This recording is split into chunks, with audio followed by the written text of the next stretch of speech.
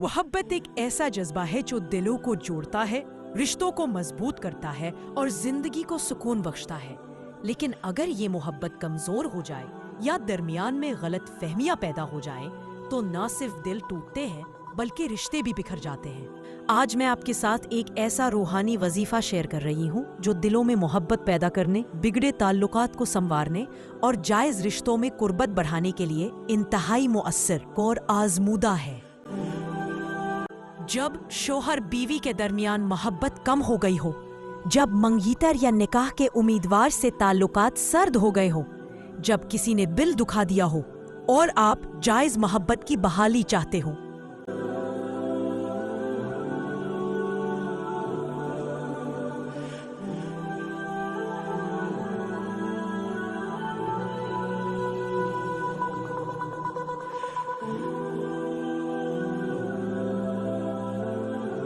باوضو ہو کر دن میں کسی بھی وقت ان کلمات کو 40 مرتبہ پڑھیں، پھر کسی میٹھے مشروب، شربت یا پھل پر دم کریں اور جائز مقصد کے تحت مطلوب شخص کو کھلا دیں۔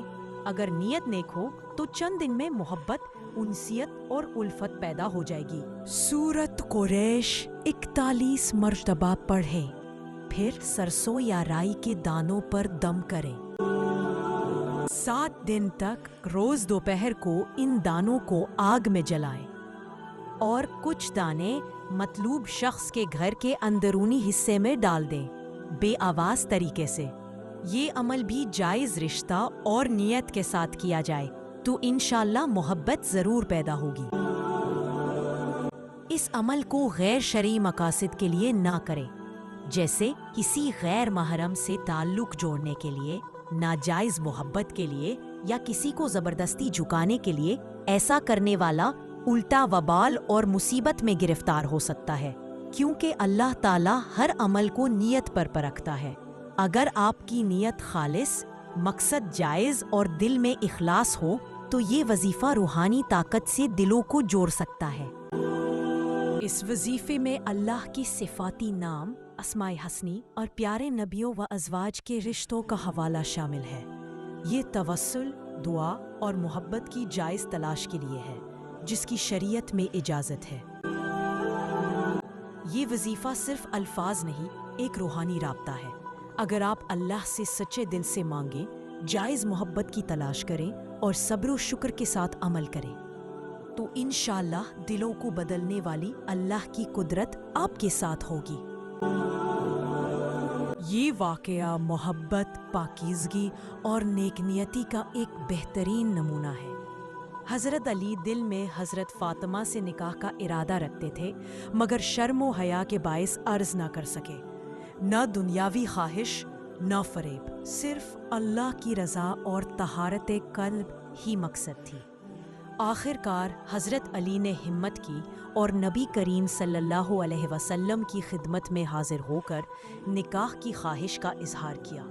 نبی کریم صلی اللہ علیہ وسلم نے فرمایا کہ تمہارے پاس مہر کے لیے کیا ہے؟ حضرت علی نے فرمایا، میرے پاس صرف ایک ذرہ ہے، اور رسول اللہ صلی اللہ علیہ وسلم نے فرمایا، وہی کافی ہے۔ اس نکاح میں نہ دنیا کی حرص تھی، نہ بناوٹ، صرف اخلاص، روحانی تعلق اور اللہ کا حکم تھا۔ یہی وجہ ہے کہ حضرت علی اور حضرت فاطمہ کا رشتہ دنیا کے سب سے بابرکت اور محبوب ترین رشتوں میں شامل ہے۔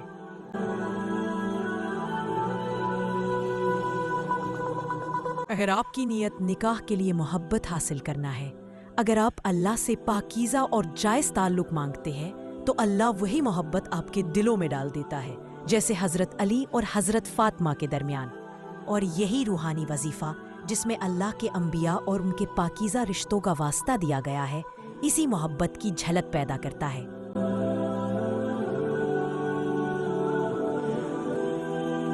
حضرت خدیجہ وہ پہلی خاتون تھی جنہوں نے رسول اللہ صلی اللہ علیہ وسلم کی نبوت سے پہلے ہی ان کی سچائی، دیانت اور اخلاق پر دل ہار دیا، اور بعد میں جب نبی کریم صلی اللہ علیہ وسلم پر وحی نازل ہوئی تو سب سے پہلے ایمان لانے والی بھی وہی تھی۔ اپنا مال، وقت، جذبات اور پوری زندگی رسول اللہ صلی اللہ علیہ وسلم کے مشن پر قربان کر دی۔ مکے کی سختیوں، بائیکاٹ، فاقوں، سب کچھ ہنسی خوشی جھیلا۔ ان کی محبت دنیاوی نہیں، آخرت کی بنیاد پر تھی۔ اسی لیے رسول اللہ صلی اللہ علیہ وسلم ساری زندگی حضرت خدیجہ کا ذکر محبت سے کرتے رہے، یہاں تک کہ حضرت عائشہ کو رشک ہونے لگا۔ اگر محبت اخلاص، قربانی اور دین کے ساتھ ہو تو وہ نہ صرف دنیا میں کامیابی دیتی ہے بلکہ آخرت میں بھی عزت بڑھاتی ہے۔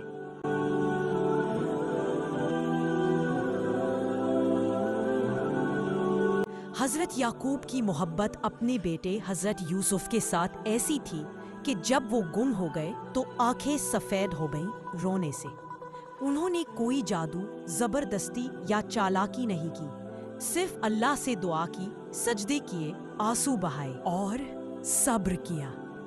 اللہ نے حضرت یوسف کو مصر کا حکمران بنایا، باپ بیٹے کا وصال ہوا اور پوری دنیا نے دیکھا کہ دعاؤں سے محبت کیسے لوٹتی ہے۔ صبر، وفاداری اور اللہ پر یقین بات محبت کو واپس لا سکتا ہے، چاہے وہ کتنی بھی دور ہو۔ ان واقعات میں ہمیں سکھایا گیا کہ محبت اگر اللہ کے لیے ہو تو وہ پاکیزہ، دیرپا اور بابرکت ہوتی ہے۔ دعا، صبر اور اخلاص محبت کا اصل وظیفہ یہی ہے، اور وظیفہ برائے محبت تبھی کامیاب ہوگا جب نیت صاف، مقصد جائز اور دل سچا ہو۔ یا اللہ، ہمیں بھی ایسی محبت عطا فرما جو نکاح کے رشتے میں بندھی ہو، طہارت سے لبریز ہو اور جس میں رضا تیرے نبیوں کی طرح ہو۔